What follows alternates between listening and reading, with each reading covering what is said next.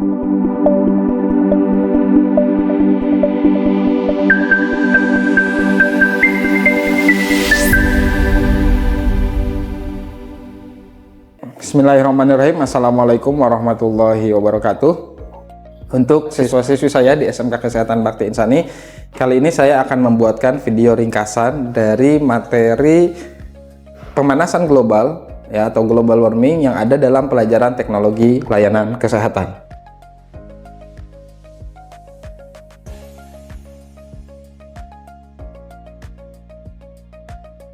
Pemanasan global secara definisi adalah meningkatnya rata-rata suhu bumi dengan sangat cepat. Hal ini suhu rata-rata bumi. Oke. Saya ulangi. Hal ini bisa disebabkan oleh banyak hal. Tapi sebelum kita masuk ke penyebabnya, saya akan gambarkan dulu bagaimana bumi kita menerima panas dari matahari, energi panas dari matahari. Dalam kondisi yang normal, saya katakan begitu, panas akan masuk ke dalam bumi ya, dan diterima oleh tanah. Cahaya matahari membawa energi panas. 70%-nya itu akan diserap ke dalam tanah. Sementara 30% lainnya akan dikembalikan keluar angkasa ya, melewati lapisan atmosfer bumi. Oke, mohon maaf. Nah, inilah yang 30% tadi. Lalu bagaimana ini kaitannya dengan pembahasan yang akan kita simak di video ini? Peningkatan suhu atau peningkatan rata-rata suhu bumi itu terjadi karena adanya suhu yang dikembalikan ini terperangkap di dalam bola bumi. Kenapa bisa terperangkap? Pertanyaannya seperti itu. Secara simpelnya ya, suhu bumi terperangkap itu karena adanya gas rumah kaca. Apa saja gas rumah kaca? Di antaranya adalah karbon, metana, dan CFC. Ini dihasilkan dari aktivitas manusia.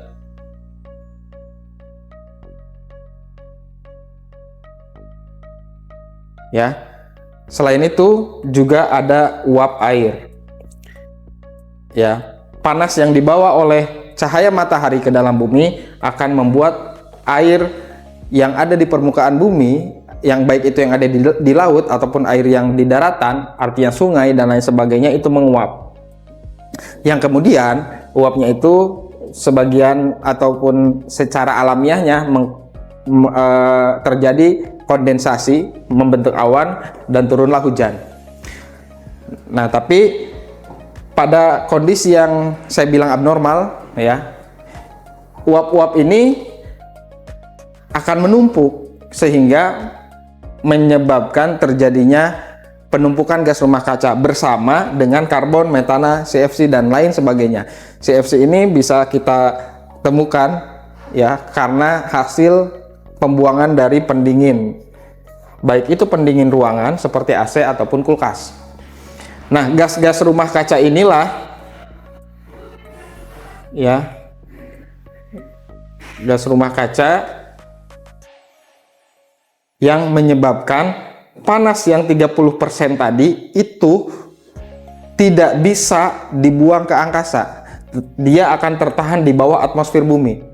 Karena dia tertahan di bawah atmosfer bumi, maka panas itu akan terperangkap di dalam bumi.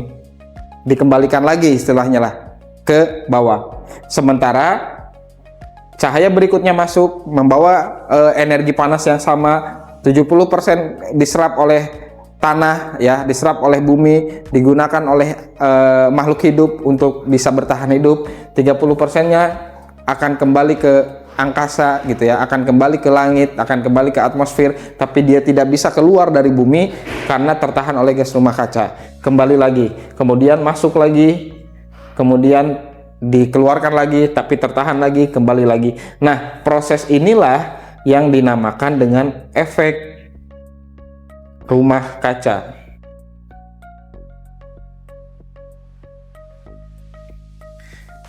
Ketika efek rumah kaca terjadi, maka panas bumi akan terperangkap di dalam bumi itu sendiri, sehingga terjadilah peningkatan rata-rata suhu bumi. Saya akan gambarkan dengan mudah, saya akan analogikan dengan mudah. Kalau kamu memasak air di dalam sebuah bejana, ya, kemudian ini apinya, kemudian bejana itu kamu tutup. Apa yang terjadi? Ketika suhunya sudah mencapai titik didih, misalkan 100 derajat Celcius, maka ini akan menguap. Air akan menguap dan akan terkumpul uap di atas atau embun di atas di permukaan penutup tersebut. Tetapi suhu dari air ini tidak keluar, akan tertahan di sini. Nah, seperti itulah kurang lebih kondisi bumi kita saat ini. Jika pada analogi ini, ketika suhu panas itu tertahan lama di dalam bejana, maka dia akan meningkatkan tekanan. Ketika tekanan meningkat, resikonya adalah penutup bejana ini akan terpental, gitu ya, atau air akan meluber kemana-mana. Nah, itu yang terjadi dalam analogi tersebut. Dalam analogi ini, dalam teori pemanasan global ini, jika kita analogikan seperti itu, maka panas itulah yang sekarang terperangkap di dalam bumi. Lalu apa saja penyebabnya? Ya, dari mana gas rumah kaca itu bisa ada, gitu ya? Yang pertama itu dari industri. Disebutkan bahwa industri menyumbang angka yang cukup besar dalam menghasilkan emisi karbon yang menjadi gas rumah kaca yang menyebabkan efek rumah kaca itu sendiri. Nah, menurut catatan sejarah ya, bahwa peningkatan suhu bumi yang ekstrim itu memang terjadi pasca revolusi industri. Ketika industri semakin gencar dilakukan oleh manusia, maka zat buangnya semakin banyak dan itu menghasilkan semakin banyaknya gas rumah kaca di lapisan atmosfer bumi. Ketika gas rumah kaca meningkat, maka panas bumi akan meningkat karena energi panas dari matahari tertahan di dalam bumi. Ya. Apa contohnya industri? Segala sesuatu yang kita gunakan saat ini itu berasal dari industri. Suatu proses produksi yang menghasilkan satu barang, ya, ataupun mungkin jasa, dan kemudian menghasilkan nilai ekonomis. Itulah industri. Dan kita, manusia modern, tidak terlepas dari industri. Di beberapa negara, industri ini yang menjadi penopang utama ekonomi negara. Makanya saya bilang tadi, kita tidak bisa terlepas dari industri. Lalu bagaimana kita bisa menahan lajunya? Nanti kita bahas. Yang kedua adalah bahan bakar fosil. Yang termasuk ke dalam salah satu penyebab menumpuknya gas rumah kaca adalah pembakaran bahan bakar fosil seperti yang kita gunakan pada kendaraan konvensional. Sekarang kita berkembang ada kendaraan listrik.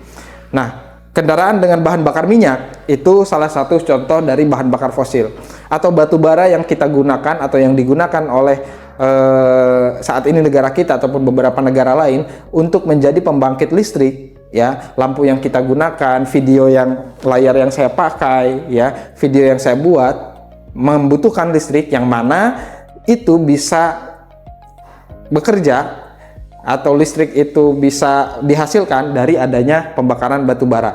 Ini juga menjadi penyumbang yang cukup besar dari terjadinya penumpukan gas rumah kaca dan efek rumah kaca.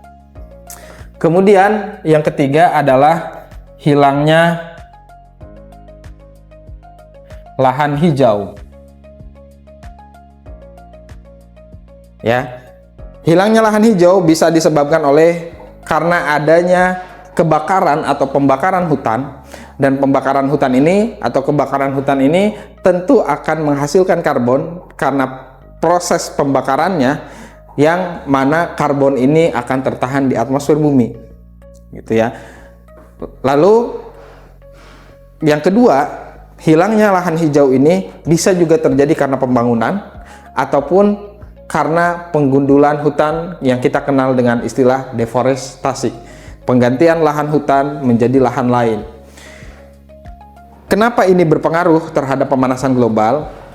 Seperti kita tahu bahwa tumbuh-tumbuhan itu merupakan makhluk hidup yang bisa melakukan fotosintesis. Fotosintesis itu terjadi di dalam daun tumbuhan yang memiliki zat hijau daun atau klorofil. Jadi ketika H2O atau air ya bertemu dengan karbon dioksida atau karbon monoksida, saya ulangi, di dalam tumbuhan klorofil ya bertemu dengan karbon, menangkap karbon, kemudian dibantu dengan H2O dan cahaya matahari,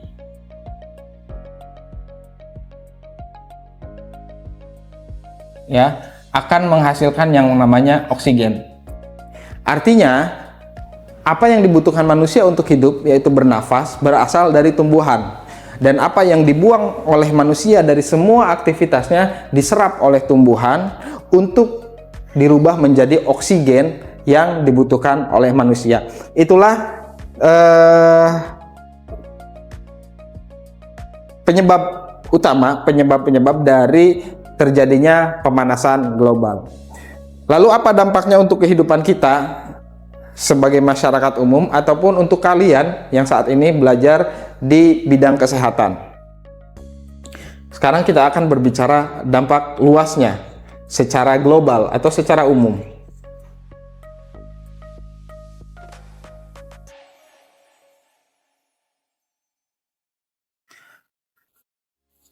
Yang pertama,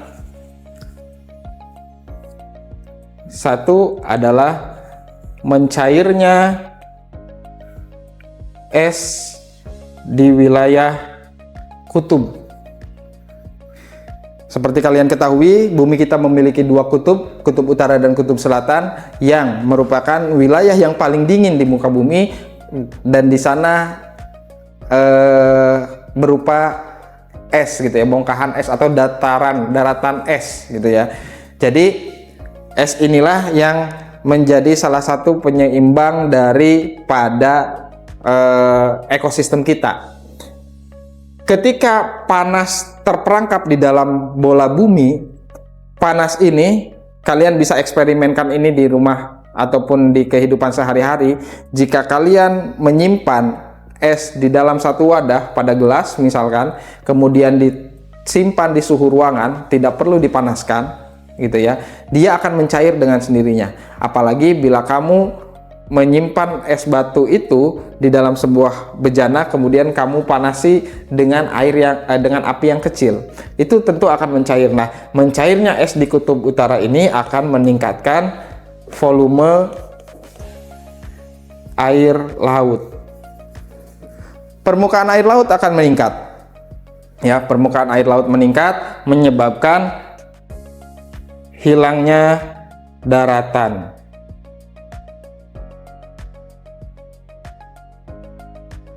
Oke, itu yang pertama, dan itu yang paling banyak diketahui oleh masyarakat umum. Yang kedua, karena suhu yang meningkat, maka terjadinya peningkatan intensitas cuaca ekstrim.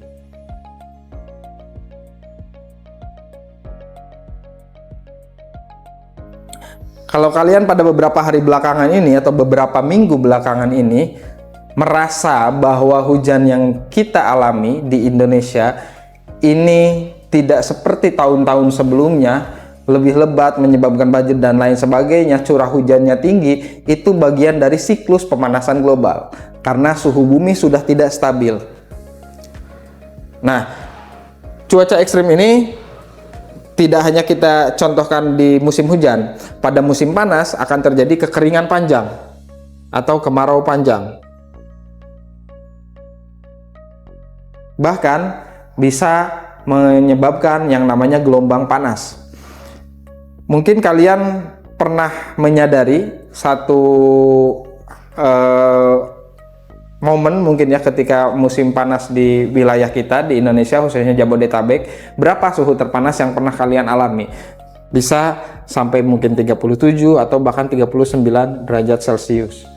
Di beberapa wilayah di belahan dunia lain, contohnya di London ya, ataupun di India yang sempat ramai dikabarkan atau diberitakan, bisa mencapai sampai 50 derajat Celcius, dan itu menyebabkan hilangnya puluhan jiwa warga sipil gitu ya. Jadi beberapa orang meninggal dunia karena heat stroke yang disebabkan panas yang sangat ekstrim.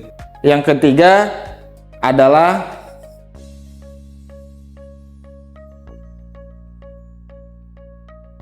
hilangnya habitat atau ekosistem makhluk hidup. Saya contohkan tadi mencairnya es di kutub utara. Ketika es di kutub utara itu mencair, maka volume air akan meningkat. Saya gambarkan, misalkan ini adalah air laut dan ini adalah daratan. Ketika air laut itu meningkat ya, maka akan ada yang namanya abrasi, hilangnya daratan karena meningkatnya permukaan air laut karena gelombang pasang air laut. Nah, itulah yang bisa kalian saksikan di beberapa berita di beberapa wilayah Indonesia mengalami cuaca ekstrim yang sehingga menyebabkan gelombang pasang yang cukup hebat. Beberapa rumah warga tergusur atau hilang misalkan, ataupun di tempat wisata beberapa pusat ekonomi warga juga hilang karena bertambah tingginya air laut. Ini juga diperparah dengan hilangnya mangrove, hutan mangrove. Jadi tidak ada penahan. Nah, sama dengan ini, serupa tapi tak sama, adalah hilangnya habitat seperti hewan. Gitu ya. Saya contohkan, ketika terjadi cuaca ekstrim, ya, maka akan terjadi kemarau panas karena bumi ataupun lingkungan akan kehilangan air. Kehilangan air itu bisa berarti hilangnya sumber daya. Ya, gagal panen contohnya kalau pada padi. Nah, kehilangan sumber daya ini artinya kehilangan sumber makanan bagi makhluk hidup. Ketika sumber makanan menghilang, maka makhluk hidup di tempat tersebut juga akan mencari atau bermigrasi sumber makanan yang lain. Ya, jika tidak berhasil, maka akan terjadi kematian massal.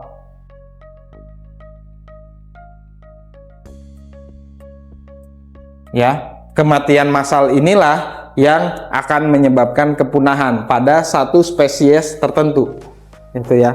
Jadi hilangnya sumber makanan ini akan menyebabkan hilangnya spesies hewan. Bahkan pada kasus berikutnya, kalau kita telusuri lebih jauh, ini akan menyebabkan gangguan kesehatan pada manusia. Bagaimana bisa pemanasan global atau hilangnya habitat hewan berkaitan dengan kesehatan manusia?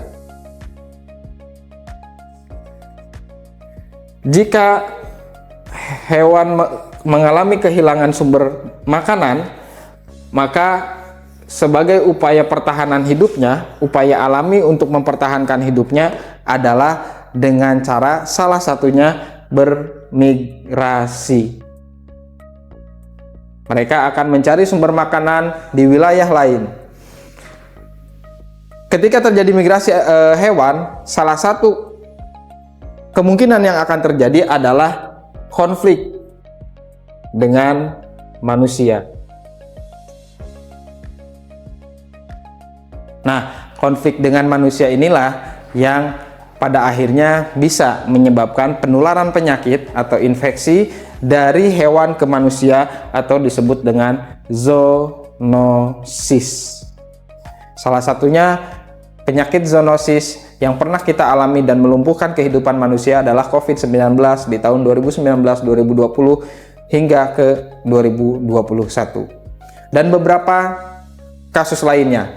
Yang paling gampang misalkan pada rabies, ya, itu juga merupakan penyakit zoonosis. Kenapa zoonosis ini bisa terjadi? Karena ada interaksi atau ada kontak antara manusia dengan hewan liar, artinya hewan yang seharusnya hidup di hutan, gitu ya. Nah, itu kaitan antara pemanasan global dengan kesehatan manusia yang harus kalian kuasai, yang harus kalian ketahui sebagai siswa-siswi kesehatan.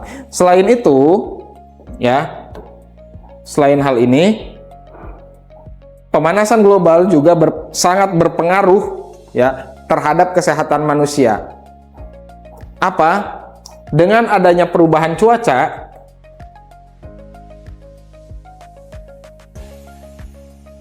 misalkan, ya, perubahan yang tidak menentu dengan kondisi yang ekstrim itu akan melemahkan imun tubuh.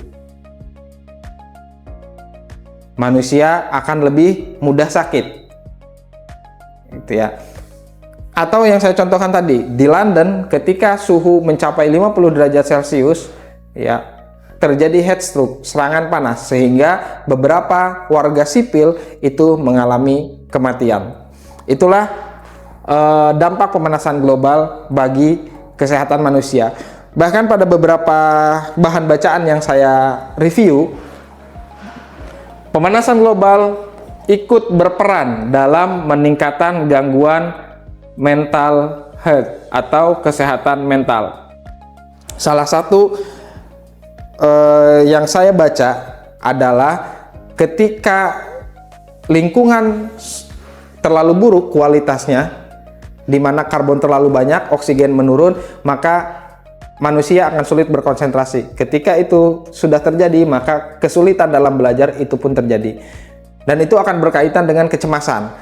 Kurangnya oksigen berkaitan dengan angka kecemasan. Kenapa saat ini kita mudah cemas? Salah satunya adalah karena kualitas udara yang sangat buruk.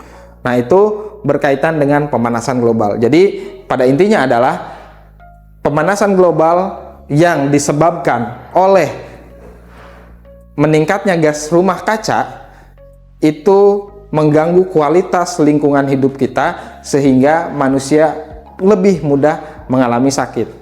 Untuk itu akan saya simpulkan pembelajaran pada kali ini.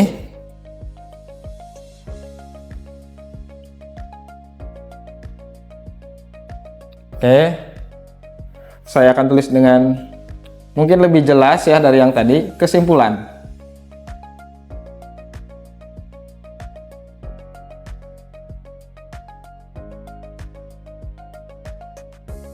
Satu, bahwa pemanasan global merupakan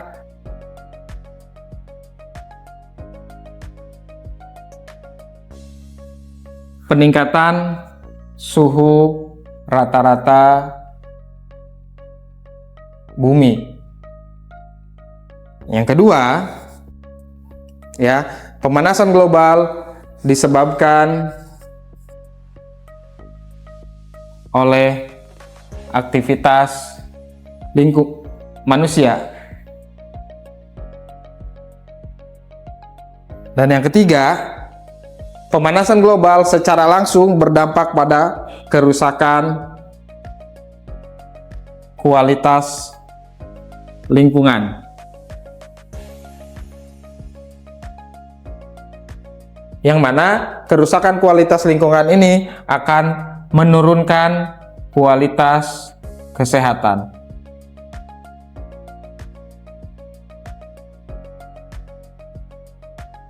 Oke, saya harap sampai di sini dengan penjelasan yang sangat singkat ini kalian bisa paham. Lalu apa solusinya? Saat ini beberapa solusi telah ditawarkan oleh banyak organisasi. Ya, salah satunya adalah berpindah dari energi berbasis bahan bakar fosil menjadi energi terbarukan seperti listrik, ya, kendaraan listrik atau pembangkit listrik tenaga air, tenaga uap, dan tenaga yang non batu bara. Kemudian yang kedua tentunya berkaitan dengan industri, yaitu mengurangi konsumerisme, kebiasaan buruk kita yang sangat kalap dalam mengkonsumsi sesuatu. Dan yang ketiga adalah melakukan kembali penghijauan bumi, mengembalikan fungsi-fungsi alam pada semestinya. Itu aja yang saya sampaikan pada video kali ini. Semoga bisa membantu kalian dalam belajar, dan tetap semangat terus membaca. Mari sama-sama kita jaga lingkungan. Kurang lebihnya mohon maaf. Billahi taufiq wal hidayah. Wassalamualaikum warahmatullahi wabarakatuh.